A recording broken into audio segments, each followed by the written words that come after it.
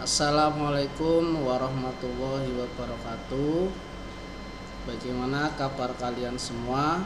Semoga kalian selalu tetap dalam lindungan Allah Subhanahu wa taala dan sehat selalu. Amin amin ya rabbal alamin.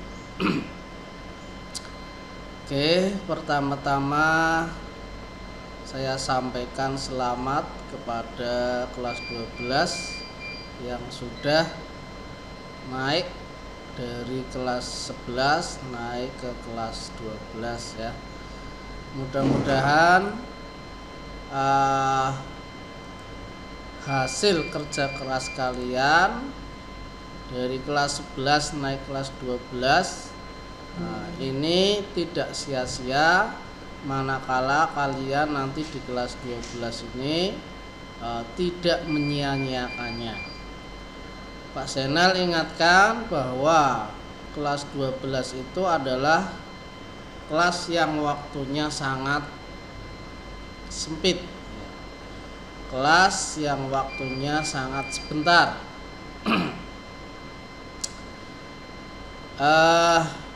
Mungkin di semester 1 kalian bisa full ya, bisa full, tapi untuk nanti di semester 2 ini biasanya ini paling cuma 2 bulan untuk mapelnya Pak Senal. Kalau untuk yang mapelnas biasanya paling sekitar 4 bulan atau 3 bulan ya. Mungkin kalian dengan pembelajaran daring ini sangat capek ya, sangat capek. Bapak Ibu guru semuanya menggunakan model daring yang semuanya harus online. Kemudian kalian juga harus mengeluarkan banyak biaya. Tapi apa mau dikata, karena ini adalah masa pandemi yang serba sulit untuk proses belajar. Jadi mau tidak mau kita harus menggunakan daring. Walaupun sebenarnya kita juga inginnya adalah bertatap muka. Mudah-mudahan kalian bisa memahaminya. Ya, saya menginginkan walaupun daring ini kalian harus tetap semangat. Karena apa? Karena kalian waktunya cuma sebentar. Jangan sampai ada pepatah bilang panas 1 tahun dihapus oleh hujan 1 hari. Nah, ini jangan sampai ya. Karena kelas 12 ini adalah kelas terakhir yang akan kalian lewati. Jangan sampai kalian menjadi su'ul khotimah ya, jelek di akhir perjalanan kalian. Jadi kalian harus semangat walaupun di masa pandemi. Ingat, kalian cuma sebentar lagi. Apalagi masa pandemi ini, nilai rapot, nilai kalian ini sangat diperlukan sekali. Ya, kalau dulu ada UNBK, sekarang karena pandemi dan sudah dihapus, sudah nggak ada UNBK lagi. Maka nilai rapot ini sangat penting. Jadi walaupun pandemi, nilai rapot kalian harus tetap naik. Bagaimana biar naik? Caranya adalah kalian tetap semangat dalam belajar. Ikuti semua perintah Bapak Ibu guru kalian, insya Allah kalian akan mendapatkan nilai yang bagus. Jadi sekali lagi, jangan sampai teledor, jangan sampai lengah. Waktu kalian tinggal sebentar lagi. Oke ya. Untuk materi Pak Senal, materinya masih di PKWU Rekayasa, tapi dengan produk dan tema yang berbeda. Pada saat kalian kelas 10, ini saya ingatkan kembali ya, karena nanti materi untuk ujian sekolah ini biasanya diambil dari kelas 10, 11 dan 12. Kelas 10 kalian dulu kalau nggak salah bersama Pak Slamet ataupun Bu Umi ataupun Bu Riana dengan PKWU pengolahan. Ya. Kemudian kelas 11 sudah bersama Pak Zainal. Ini untuk semester 1 kalian belajar wirausaha sistem teknik, yaitu suatu wirausaha yang mempelajari bagaimana cara memproduksi atau memahami prinsip kerja daripada suatu mesin. Kemudian di semester 2-nya kalian belajar bagaimana cara berwirausaha rekayasa di bidang konversi energi. Mengubah dari berbagai macam energi yang ada di alam ke dalam energi listrik. Ini energi listrik itu adalah energi yang sangat kita butuhkan. Produk apa yang tidak menggunakan energi listrik? Semuanya menggunakan energi listrik. Kemudian untuk kelas 12 semester 1 ini sedikit agak berbeda. Karena apa? Karena wirausaha rekayasa kita ini bergerak di bidang jasa. Jadi kalau sebelum-sebelumnya produk yang kita hasilkan berupa adalah barang berwujud, ya. Kalau sekarang adalah wirausaha jasa profesi dan profesionalisme. Ya, coba nanti kalian browsing di internet, cari BSE-nya ya, cari BSE prakarya kelas 12. Ya, kelas 12 cari yang semester 1 bab 2 yaitu wirausaha rekayasa jasa profesi dan profesionalisme. Ya. Ya, ini ada bukunya ya, seperti ini. Coba.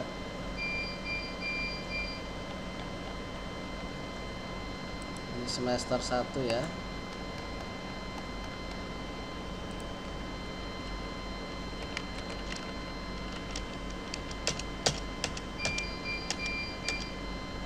Nih ya, jadi rekayasa jasa profesi dan profesionalisme.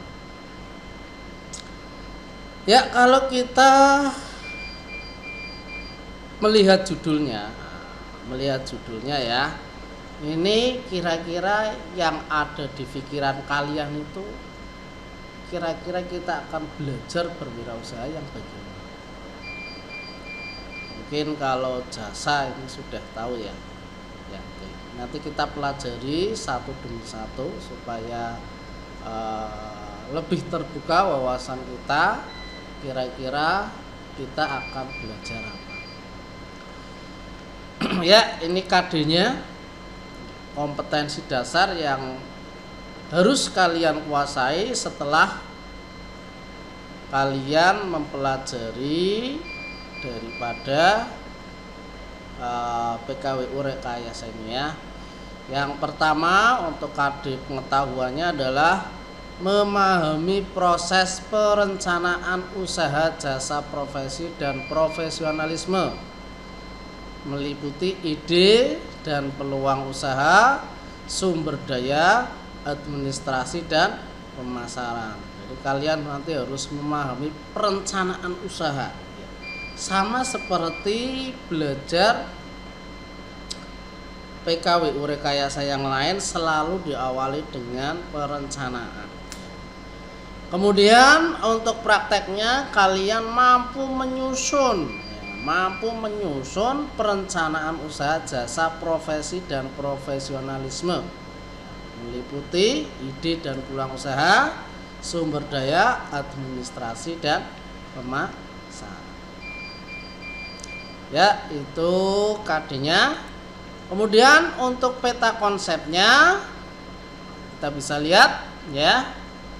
Diawali dari proses perencanaan, kemudian kalau sudah direncanakan dengan matang adalah proses produksi, kemudian penghitungan harga jual produk jasa, kira-kira produk yang kita buat akan dijual dengan harga berapa, kemudian bagaimana cara mempromosikan dan bagaimana cara penjualannya. Ini adalah peta konsepnya. Terus tujuan dari pembelajaran ini adalah yang pertama, nanti kalau kalian sudah ada BSE-nya kalian bisa baca sendiri ya. Ini Pak Zainal bacakan secara singkat saja. Yang pertama, menghayati bahwa akal pikiran dan kemampuan manusia dalam berpikir kreatif untuk membuat produk rekayasa serta keberhasilan wirausaha adalah anugerah Tuhan. Ya, jadi diharapkan setelah kita berhasil membuat suatu produk rekayasa, ini kita harus mampu bersyukur, mampu mensyukuri bahwa akal pikiran kita yang diberikan sama Tuhan ini bisa menghasilkan suatu produk yang kreatif ya. Jadi jangan sampai sudah berhasil malah lupa diri. Kemudian diharapkan mampu menghayati perilaku jujur, percaya diri. Ini adalah jiwa karakteristik dari seorang wirausaha. Saya sering bilang berkali-kali, belajar PKWU itu mudah, tetapi membentuk jiwa wirausaha ini yang sangat sulit. Membentuk jiwa wirausaha, membentuk sikap jujur, percaya diri, pantang menyerah, itu ya, berkolaborasi dengan yang lain, ini sangat sulit. Kalau belajar PKW wah gampang ya, tapi membentuk sifat-sifat, membentuk komitmen yang seperti itu yang sangat sulit. Paham ya? Oke. Kemudian mendesain dan produksi. Jadi diharapkan setelah kita belajar kita jadi lebih kreatif, mampu membuat desain, mampu memproduksi, mampu untuk melakukan perencanaan-perencanaan. Ya. Kemudian mempresentasikan, mempromosikan, bisa mempresentasikan produk yang akan kita buat, mempromosikan produk yang akan kita jual dan seterusnya. Kemudian menyajikan wirausaha rekayasa untuk pasar lokal berdasarkan analisis pengelolaan sumber daya yang ada di lingkungan sekitar. Saya sudah bisa menyajikan, bisa menghasilkan, mencipta, mengaplikasikan produk rekayasa.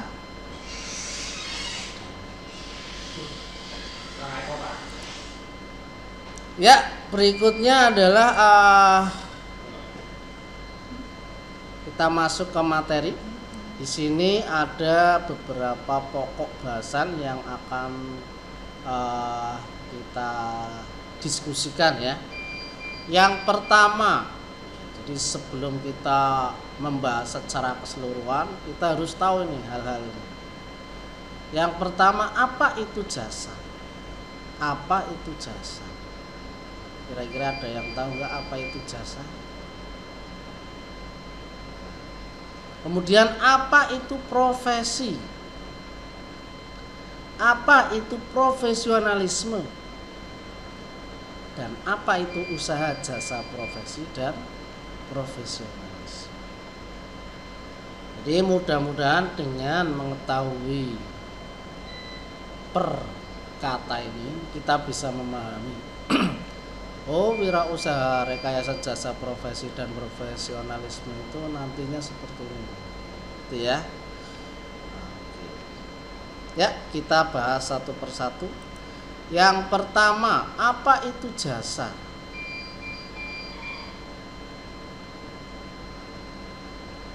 Jasa itu ya servis, pelayanan.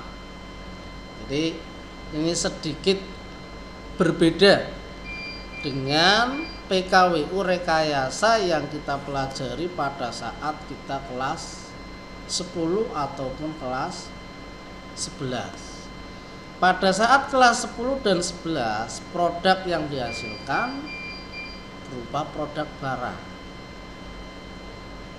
Nah, di kelas 12 semester 1 kita akan belajar yang abstrak, tidak berwujud barang.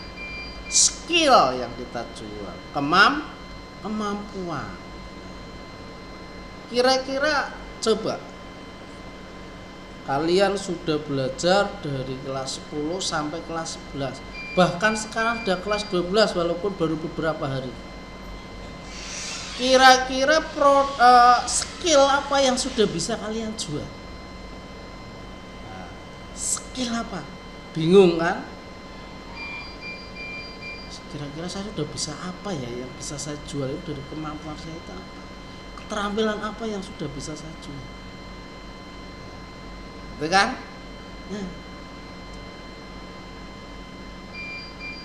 Berbeda dengan sekolah-sekolah di luar negeri sana.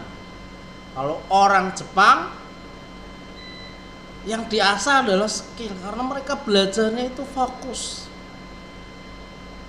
Apa yang mereka inginkan langsung dipelajari, dipraktekkan. Jadi keterampilannya tinggi. Kalau kita semuanya dipelajari, akhirnya apa? Semuanya juga enggak bisa. Bingung kan? Cari skill yang mana yang bisa kita jual.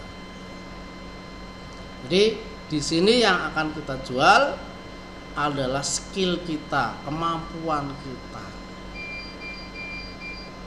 Jadi di sini pengertian jasa adalah suatu aktivitas atau tindakan yang tidak berwujud. Ya namanya jasa itu ya tidak berwujud karena bukan berupa barang.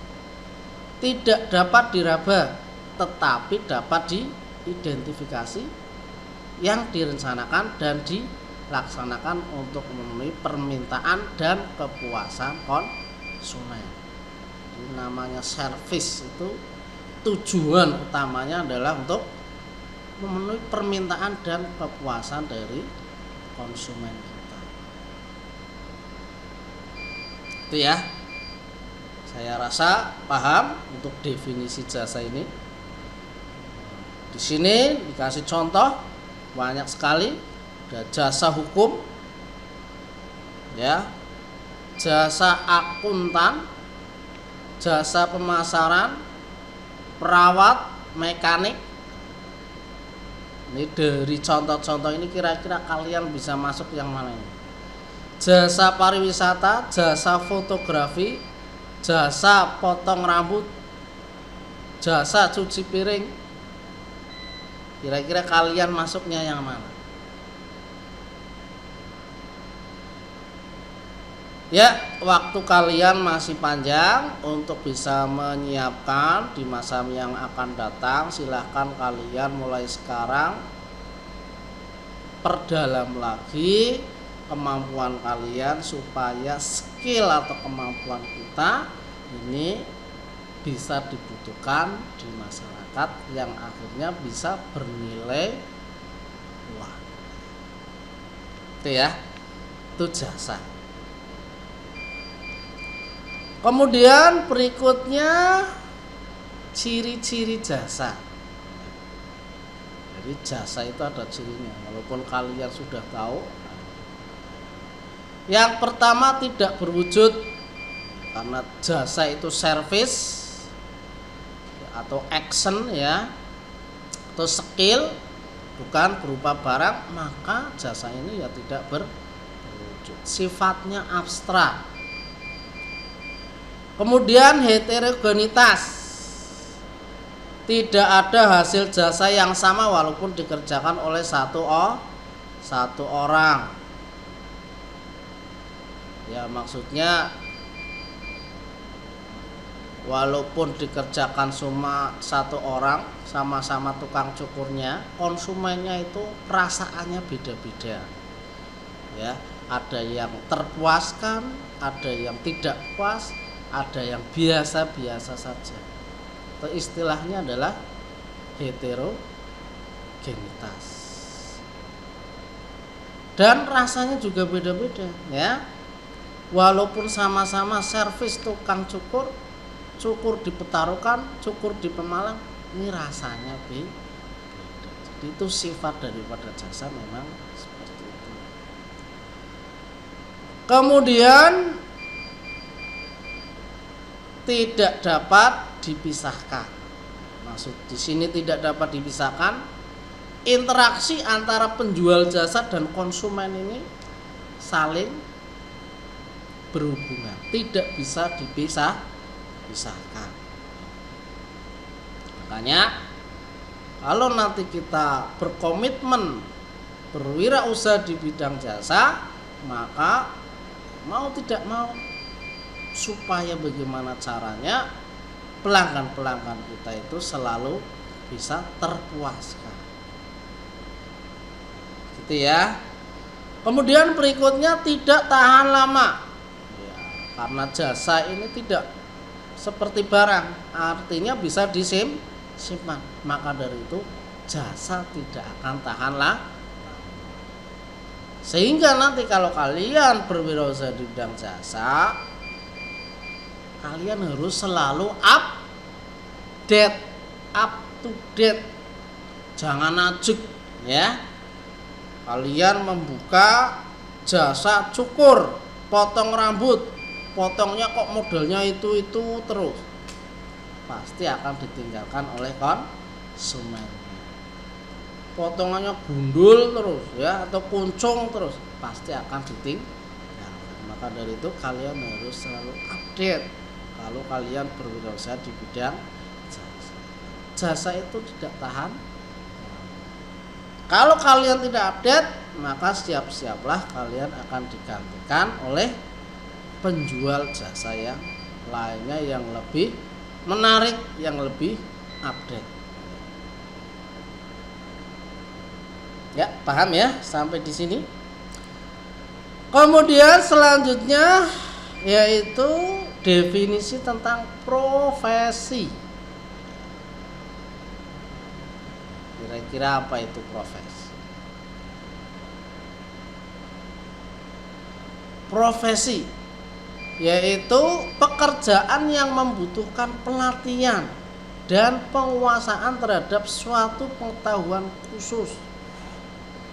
Jadi tidak main-main. Jadi profesi ini hubungannya dengan pekerjaan yang ada pelatihannya, ada pelatihan khususnya, ada sekolahnya, ada sertifikatnya. Tidak asal-asalnya, tidak asal-asalan. Kamu kerjanya yang profesional sih, ya. Sering mengatakan seperti itu. Padahal dia tidak memiliki sertifikat apa-apa. Jadi kita jangan mudah mengatakan seorang profesional itu menjadi profesinya kalau dia belum bisa menunjukkan bukti-bukti baik dalam pekerjaannya, bukti-bukti sertifikat, ijazah dan seterusnya. Nah, seorang yang berkompeten di suatu profesi tertentu, inilah yang disebut dengan profesi. Ya, dari pembahasan tadi mudah-mudahan kita jadi lebih terbuka wawasannya, lebih memahami apa itu wirausaha rekayasa di bidang jasa profesi. Jadi jasa, pelayanan, skill, tapi yang betul-betul menjadi profesi, yang betul-betul bisa dipertanggungjawabkan karena kita memiliki sertifikat, ijazah dan seterusnya. Kemudian apa itu profesionalisme? Profesionalisme ini adalah sikap mental sikap mental seseorang dalam bekerja, komitmen daripada seseorang yang katanya profesional. Katanya profesional, buka servis televisi, tapi selesai 1 bulan, itu ya. Jadi sebenarnya bisa dikerjakan 2-3 hari, tapi dilama-lamain. Biar apa? Biar ongkosnya mahal. Ini namanya tidak profesional. Nah, di kita juga sulit ya, orang yang mengatakan profesional itu sulit. Seperti kalian misalnya, kalian katanya profesional menjadi siswa, tapi kenyataannya apa? Jam 7 belum sampai sekolah, jam 7 misalnya baru nyampe. Nah, ini kan berarti kurang profesional. Lah, diharapkan kita dalam bekerja ini harus profesional, karena ini akan berhubungan dengan kepuasan daripada pelanggan kita. Apalagi wirausaha yang kita jalankan ini adalah wirausaha di bidang jasa. Ya. Oke, jadi profesionalisme di sini ini adalah etika, sikap mental dalam bekerja, rajin apa tidak, kan itu ya, tepat waktu apa tidak, jujur apa tidak, kualitas dalam bekerja. Jadi diharapkan berwirausaha apapun, khususnya di bidang jasa, yang profesional, kemudian yang memiliki sikap-sikap yang baik. Jadi wirausaha rekayasa jasa profesi dan profesional. Berwirausaha di bidang jasa yang profesionalisme, jadi mengedepankan sikap-sikap yang terpuji, jujur ya, teliti, sabar ya, kemudian tepat waktu.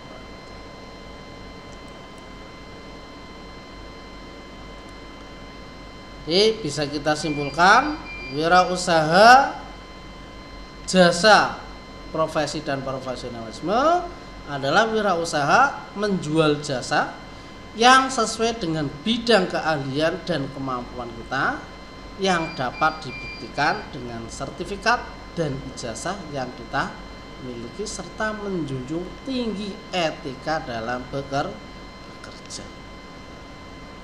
Itu ya.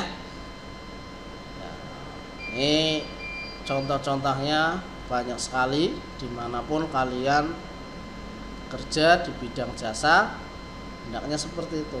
Karena kalau tidak seperti itu, tidak profesionalisme, tidak profesional, ujung-ujungnya kalian akan ditinggalkan oleh pelanggan-pelanggan kalian karena tidak terpuaskan.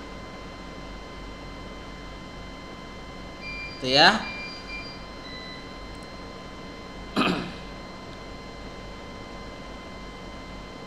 Ya, oke. Jadi tugasnya untuk yang pertama, coba nanti kalian cari BSE Prakarya Rekayasa cetakan yang tahun 2017 ya, yaitu kalau sebelumnya ini nanti jadinya elektronika praktis. Jadi yang jasa profesi dan profesionalisme adalah cetakan yang 2018 ya, 2017 ke atas ya. 2018 sana, ini yang terbaru ya. Ini nanti kalian coba baca-baca dulu biar lebih memahami.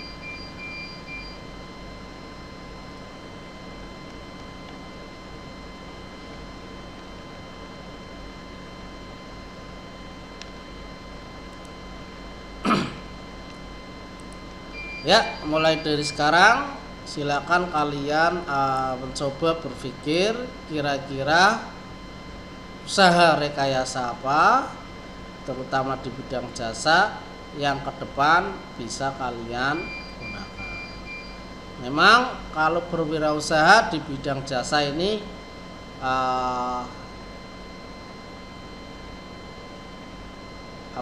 kerugiannya tidak sebesar yang produk barang. Kalau produk barang kan melibatkan banyak orang, melibatkan modal yang besar, harus membeli alat, bahan dan seterusnya ya.